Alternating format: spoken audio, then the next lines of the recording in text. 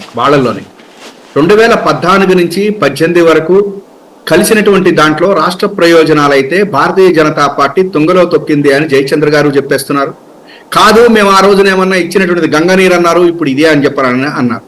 అయితే ఇప్పటికీ కూడా ఇవాళ నిన్న 2వ తారీఖు బడ్జెట్ అయిపోయిన తర్వాత ఈనాడు వారు రాసింది చూస్తే మరి కేంద్ర ప్రభుత్వాన్ని ఈ రేపు పొద్దున ఈ భారతీయ జనతా పార్టీని చంద్రబాబు గారితో కనుక పొత్తుకెళ్తే మరి నేను చెప్పినట్టు పొత్తు వెళ్ళింది ఎందుకు అనేటువంటిది ప్రశ్నించకుండా మరి ఈ రకమైన ప్రశ్న వస్తుందా, మళ్ళీ ఇదే ఉంటుందా చూద్దాం.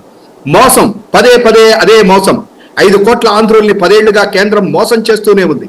కేంద్ర ఆర్థిక మంత్రి బడ్జెట్ ప్రవేశపెట్టిన ప్రతిసారి ఈసారైనా విభజన హామీలపై సానుకూల ప్రకటన వస్తుందేమో అని ఆశపడటం, తీరా బడ్జెట్ చూశాక ఉసూరుమనడం రాష్ట్ర ప్రజలకు అలవాటుగా మారిపోయింది. విభజన జరిగి దాదాపు 10 ఏళ్లు అయిపోయింది. కేంద్రంలో 2వ దఫా ఎన్డీఏ ప్రభుత్వం గడువు త్వరలో మిగిలింది. ఆంధ్రప్రదేశ్కి ఇచ్చిన విభజన హామీలు మాత్రం ఒట్టి మాటలుగానే మిగిలిపోయాయి. తాజా బడ్జెట్లోనూ విభజన హామీల విషయంలో కేంద్రం రాష్ట్రానికి ముందు చెయ్యి చూపించింది. ఇది మన ఈనాడు వారు రామోజీ గారు రాశారు. అదే రకంగా ఆంధ్రజ్యోతి వారు రాశారు, కేంద్రంతో బీజేపీతో కట్టుగా పెట్టుకుంటే ఈసారి చంద్రబాబు నాయుడు గారు మునిగిపోతారు అని చెప్పని రాశారు. మరి ఈ 2 పేపర్లు రాసినటువంటి దానికి వ్యతిరేకంగా ఇవాళ చంద్రబాబు నాయుడు గారు ఢిల్లీ ఎందుకు వెళ్ళాడు? At the same time BJP ఏదో టీడీపీ తోటి పొత్తు కావాలి అని చెప్పని ఉత్సాహం చూపిస్తోందని చెప్పని ఆ పచ్చపత్రిక వారాంత పలుకులు రాసుకున్నాను. నేను ఇవాళ ఒకటే చెప్తా ఉన్నా, ఈ రాష్ట్రానికి కేంద్రం ఏం చేసింది, ఏం చేయలేదు అనేటువంటిది జగన్మోహన్ రెడ్డి గారి ప్రభుత్వం వెరీ క్లియర్ గా చెప్తా ఉంది. ఆయన పోర్టులు కడుతున్నాడు, హాస్పిటల్ కడుతున్నాడు, ఎట్ ద సేమ్ టైం కేంద్రం నుంచి వచ్చే సహాయాన్ని కూడా మంచి పద్ధతిగా మాట్లాడుతున్నాడు. కానీ చంద్రబాబు నాయుడు గారు చెప్పలే.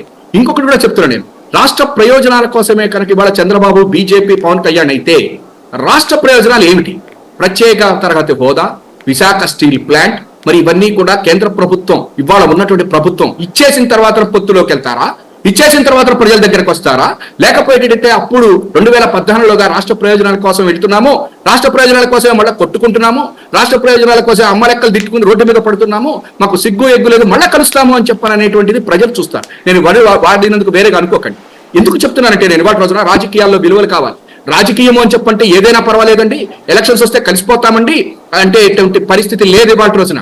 నేను మళ్ళా చెప్తాను, ఇంకొకటి కూడా చెప్తున్నా. ఇందాక సుహాసిని గారు కొంచెం నేను చెప్పింది వేరేగా అనుకున్నారు. నేను ఇవాళ భారతీయ జనతా పార్టీ అమిత్ షా అండ్ నరేంద్ర మోడీ గారిని ఏమన్నానంటే, క్రెడిబిలిటీ ఉన్న నాయకుడు జగన్మోహన్ రెడ్డి గారిని అభినందిస్తున్నారు. ఇవాళ మా ప్రభుత్వానికి పూర్తి సహాయ సహకారాలు కేంద్రం నుంచి అందుతున్నాయి. అందుకనే జగన్మోహన్ రెడ్డి గారు పరిగెత్తుతున్నాడు. అదే రకంగా కేంద్రానికి కావాల్సినటువంటి విధానాలు చేస్తాడు. ఇది కేంద్రము రాష్ట్రానికి సంబంధించినటువంటి సుహృద్భావ వాతావరణం తప్ప రాజకీయాలతో సంబంధం లేదు.